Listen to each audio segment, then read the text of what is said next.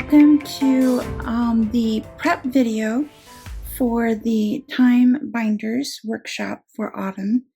And I wanted you to be able to see in advance what you're going to need for your supplies for that workshop. So the first thing you're going to need, well, here's an example of one cover. Okay. And then another example of a completed book. 2 different covers. Inner lining, I made a cover page.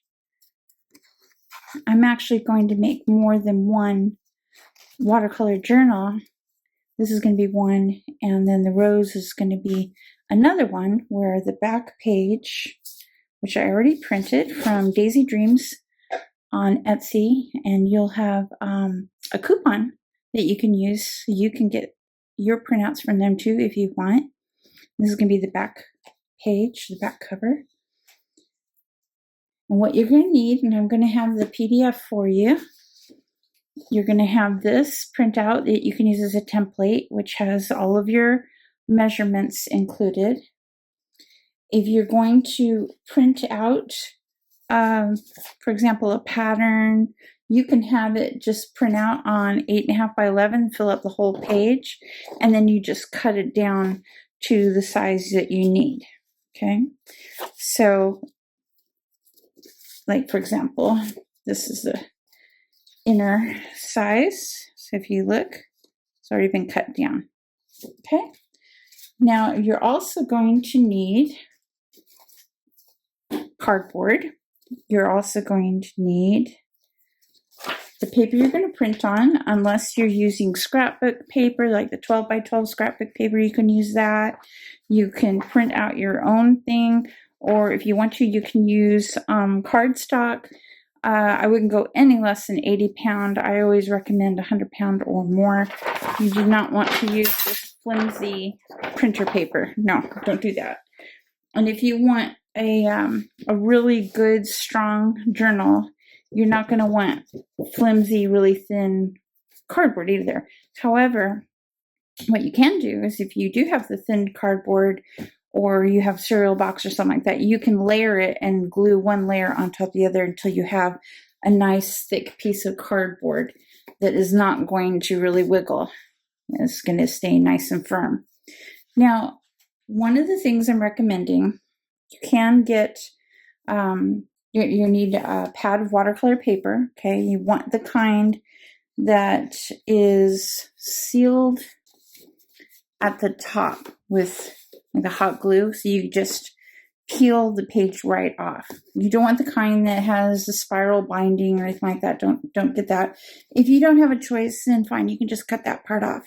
So I'm trying to make this as easy as possible for you. This is a brand I'm not familiar with. I actually ordered it by accident. I'm very used to ordering Canson. It's not expensive. It's good quality. And I like the fact that I get 30 pages to one pad. It would usually cost me about $12 unless I get it on sale. Like Michael's, they'll have like buy one, get one free or get it 50% off. This one only had 20 pages in it. Yeah, it was $8, but you're not only getting fewer pages, but the cardboard they use at the back, which you can use as your cover, is super thin. The cardboard on the Canson pads are nice and thick, really thick and sturdy.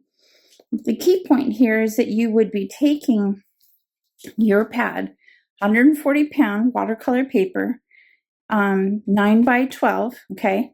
You turn it this way, you cut your pages all in half. You only need 15 pages that have been cut in half, which creates 30 sheets in one journal. Now you can make it bigger or you can make it smaller, but if you make it this size, that's what it looks like, right? If you make it this size, that's going to give you 60 pages. And it's a really nice thickness. It stands on its own, like it has a built-in stand because the cardboard's so sturdy. So you can stand it up to display whatever it is that you're wanting to display. So if this were my display, then I can stand it up like that. Okay.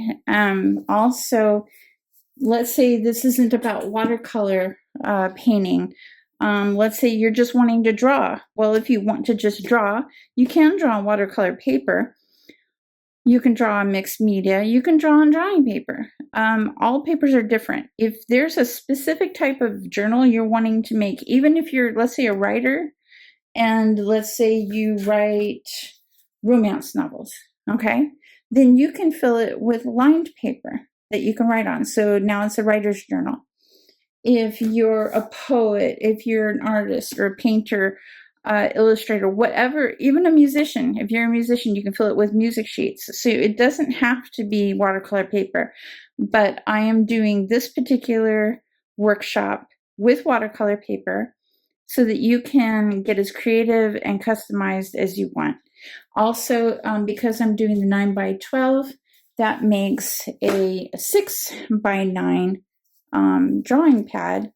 And then as you use it, you can draw on just a 6x9, or you can use both sheets connected together to create one picture, or you could even turn it this way, and you could do it this way, both sheets, both sides, or just one side. It's really up to you. You could also, if you wanted to, have it as 2 books in one, and you flip it over and you just work on this side for that book. So it's very fun how customizable you can be. You can add pages, subtract pages, take pages out to work on them, and then put them back in when you're done. And you can move pages around too. So this is a really fun journal you're not going to find anywhere else. It makes a fantastic gift. Like I said, the Canson pad is what I use, and I got it for about $12 unless you get it on sale. And you can get a total of 2 books out of one pad that look like this. Now, the cardboard at the back, you'll only be able to get 1 book at this size. So keep that in mind. All right, so the next thing that's going to be really important is that you're going to need rings. These aren't expensive at all. I think I got 50 for $6. But of course, there's sales. I don't know. The dollar store might even have some. I'm not really sure. But these are 1-inch size. So make sure you do not get anything smaller, because then it's not going to fit. But the 1-inch is great. Okay. That's what I'm recommending for the rings. And I chose black, but you could do any color you want. I love Tim Holtz Distress Inks. Now, you don't have to do this. I did it. I did it for all of the pages and all the sets, because sometimes you're going to have, like when you cut the paper, you're going to have white showing that you don't want it to be white. So you can go back in with your ink and you can buff it out with some black, for example, and create a frame. It's a really great way to cover up your mistakes. So if you don't have Tim Holtz Distress Inks, I recommend at a minimum getting black ink, because black ink goes with anything to cover it up. But if there's a specific color that you're going to be printing out, then like this one, all of this right here was the white paper. So I used brown, I used red, and I used black to get that look that you're seeing right now. And then I put black on the edges, and I did black around the edges on the front to help to hide any imperfections and white spots. I'm going to do the same colors with this one. That way it matches and looks like one complete set. Okay, so you'll want to figure out the colors you may or may not need. Okay, if you're having your print go all the way to the edges, then you don't have to worry about what I just talked about. But as you can see right here, this makes up my 6x9. This is also from Daisy Dreams. So it's called the Shadows, or Storybook Shadows, I think. So I have all this white I have to fill in. But if you have your design go all the way to the edge, then all you do is cut it down, and you still might want to Use a little ink if there's any white showing, but otherwise you should be good. All right, so you're going to need a punch of some kind. I have this 2-hole punch, and it's been perfect. It gives me exactly what I need. It punches right through the cardboard without an issue. I think I was able to punch 25 pages of really thick 140-pound watercolor paper without a problem. So that's really nice. But you can do a 1-hole punch. You can do a 3-hole punch, but just keep the paper on 2 of the holes. You just want to make sure that you center up everything. Make sure it's all lined up. That's all. Now, as for your pages and the cardboard, you can cut it with scissors, which I don't recommend, but it is doable that way. You can do it that way.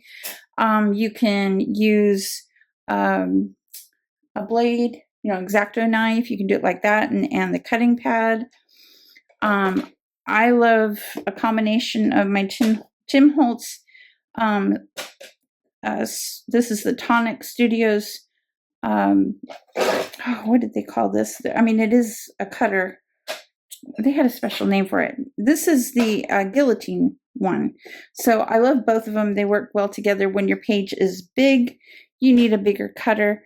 When it's smaller and you need to get the little extras off, the guillotine is perfect for the smaller pieces and smaller cuts.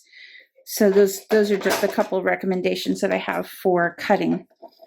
But yeah, you can use an X-Acto knife and a good cutting healing mat. And if you're using the X-Acto knife, then use a metal ruler if possible, so that you don't cut yourself and you don't cut your ruler. All right, you're going to need glue. You want it to be a natural or neutral, I should say, pH, which means it's not going to eat away at your picture over time. This is a PVA glue, which is the best for making books, but as long as it's an acid-free, clear drying glue, you're good. Okay. Now I also combine it with some double stick tape. That's optional. You don't have to do that. You could even put this together with the tape only if you want to, but it won't last as long or be as durable. I use both because I don't like my pages to be super soggy. So this is also optional. Depending on what you're going to be using for your covers, you may find that you want to embellish them, whether it be glitter or gold or sequins, or in this case, I chose, I don't know if you can see it very well or not, but there it is. You see that glisten? Okay, so, and there it is there.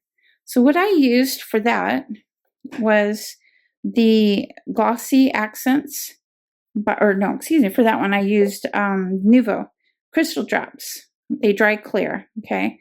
And I use that for these areas on the wax. Now on the back side, you can really see that, I used glossy accents, and it also dries clear, but it's super glossy.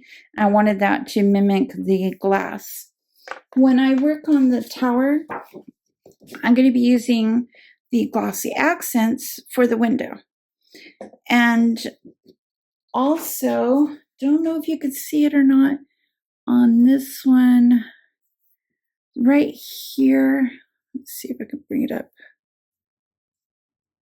There. See that? Right there and there. Okay, those again are the No-Sew drops. I wanted to mimic water. Also, I have flecks of gold in this picture, so I used the No-Sew drops gold to do that. I brought this out because even though I didn't use it for anything, I wanted to let you know that it exists. They have the shiny, glossy stuff, but even glittery stickles, for example. But this one's matte. So if you are printing out something where you might want to embellish the blacks or any color, but you don't want it to have that slick look, then you can use something like this. So that is everything. Those are the supplies you need. You will have the PDF, which will have the coupon, and it'll have this template, and it'll have like a little freebie in there for you. And then what you need to do before the workshop, just prep all of your supplies in advance.